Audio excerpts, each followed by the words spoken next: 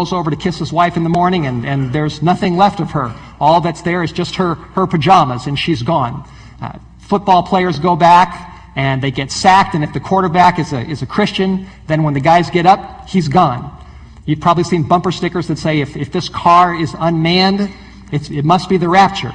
I've heard a story, I don't know if this is true or not, but I've heard a rumor that even American Airlines has decided that they want at least one non-Christian pilot on board every flight, just in case it's true, and they want someone to fly the plane. So the rapture is the kernel concept of this series. And those that are left behind, those that miss this event, those that aren't Christians, who don't go up to be with Jesus, then they have to go through a 7-year period of tribulation. I don't know how many of you have seen this particular issue of Newsweek. It came out May 24, 2004. I've got it right here. It was fascinating for me to read this. I've done a lot of study on this. I've written a book many of you are aware of called End Time Delusions. This book is in bookstores across the country, and we've actually hired a number of publicists to contact major media. And when this magazine came out, I started getting phone calls and started getting interviews on all kinds of radio stations as a result of this topic. People wanted to know what my opinion is, and I gave it. And the Lord opened up a door for me to be interviewed probably 50 times on different talk shows across the country to talk about Left Behind, to talk about Bible prophecy, and what all of this is about. When you look inside this issue, and I've read it over and over again, I don't know how good your eyes are if you can see that on the screen, but it shows the feature article has a little sidebar, and it's called The Glossary of Terms, Decoding the Evangelical Lingo. And this is for the average Joe that doesn't understand anything about Bible prophecy and is trying to figure all this out. It gives a description here of the different terms that are being used, and then what those definitions are, what they mean. There, one of them you see is the rapture. And then it says the rapture is the moment predicted in Thessalonians. Now remember that. This is 1 Thessalonians chapter 4. We're going to come to this in just a little while.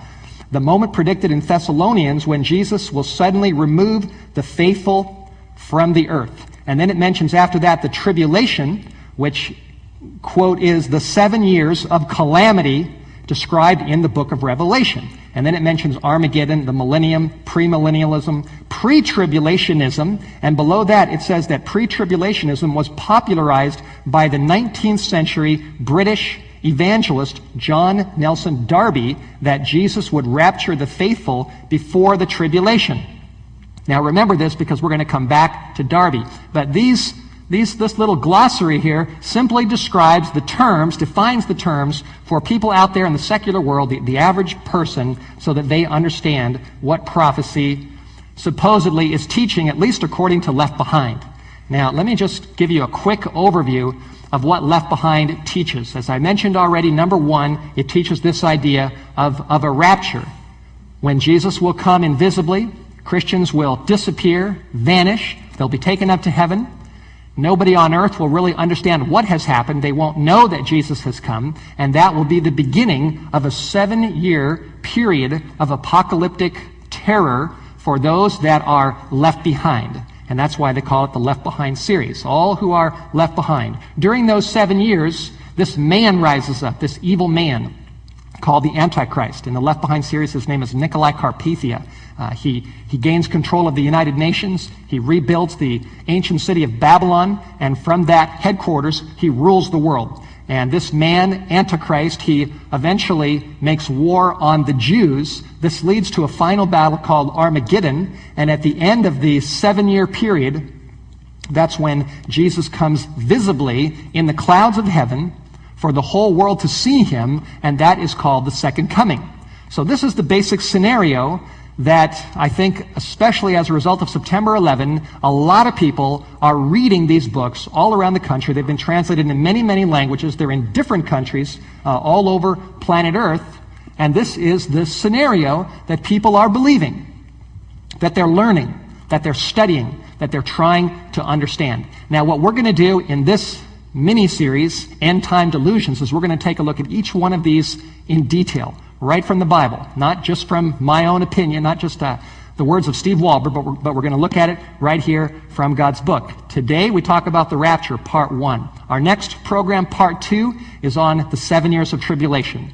Part 3 is on the Antichrist, and part 4 is on the topic of Israel.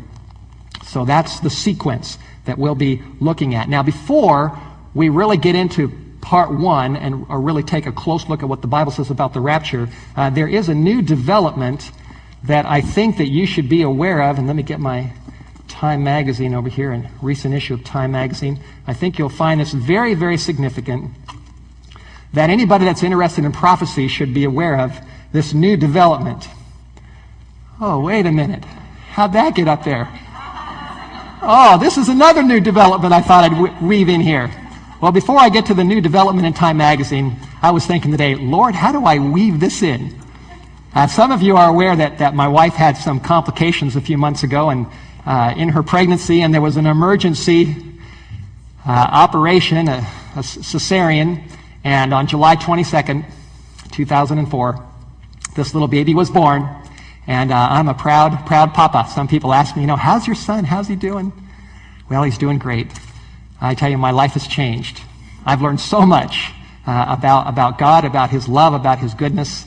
And I was thinking, Lord, this is a heavy topic, getting into the rapture and all these things. And how can I just, weave in just a little bit of a baby blessing? So you'll have to forgive me. I'm a proud papa. And so there he is, Seth Michael Walberg.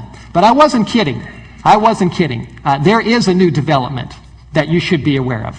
This is actually today's issue of Time magazine. Just came out. This is November 22nd, 2004. And this is absolutely fascinating for those that are up on the whole Left Behind series. There's a little article that came out in this issue. You can see it right there. I put it in my computer. And it's called, Is It the End of the World as This Author Knows It? And there's a picture of Tim LaHaye. There's a picture of his Left Behind book. And the question is asked there, will LaHaye get left behind? Now, this is actually phenomenal. Let me explain what has happened. The publisher of the Left Behind series is Tyndale Publishing. They're in Wheaton, Illinois. Tyndale has made millions of dollars off of these Left Behind books. And so, of course, has Tim LaHaye and Jerry Jenkins, the co-authors. These books have just become phenomenal bestsellers. Well, what has happened in the last few months, and I know it's been building for a little while, but it actually finally just broke, is that Tyndale has decided to release another series of fiction books. And the first one just came out, same publisher. And this series is a rival series to Left Behind, if you can believe that. And this is what this talks about. Let me just read a couple things here. It says, Tyndale House, and I'm reading what's on the screen there if you can see it, if you got good eyes. Tyndale House has launched a rival series directly challenging the premise that born-again Christians will be raptured into heaven while those left behind face the Antichrist during the apocalypse. This new book is called The Last Disciple, and I've got it right here. How many of you have heard of this book, The Last Disciple? Any of you heard of this? Just a couple of hands. The Last Disciple, written by Hank Hanegraaff and Sigmund Bauer, is a book that is a new fiction series put out by the same publisher, and it says here, The Last Disciple argues that the book of Revelation describes the persecution of first-century Christians under Nero, not some future tribulation of believers. Tim LaHaye, when he found out about this, he was absolutely shocked. He said he felt betrayed. He said that the publisher is taking money that he helped make for them and to use that money to promote this series. He didn't think that any of these books would sell. Well, Time magazine this week came out and said that The Last Disciple sold 50,000 copies in 6 weeks versus 85,000 for Left Behind in its first year. So, obviously, people are reading The Last Disciple. The Last Disciple basically says that the prophecies of Revelation about the coming of Jesus, Matthew 24, the Great Tribulation, the beast, the Antichrist, that all of this is not ahead of us. This is all behind us. This all took place in the first century. Nero was the beast. He was the Antichrist. And the tribulation was right before the destruction of Jerusalem in 70 A.D., and that's what this series is teaching. I could say a lot about this. I'm going to limit myself because we've got a lot more to do. But in a nutshell, what has happened just recently is that now we have two views. that are competing with each other in the mainstream Christian world. The left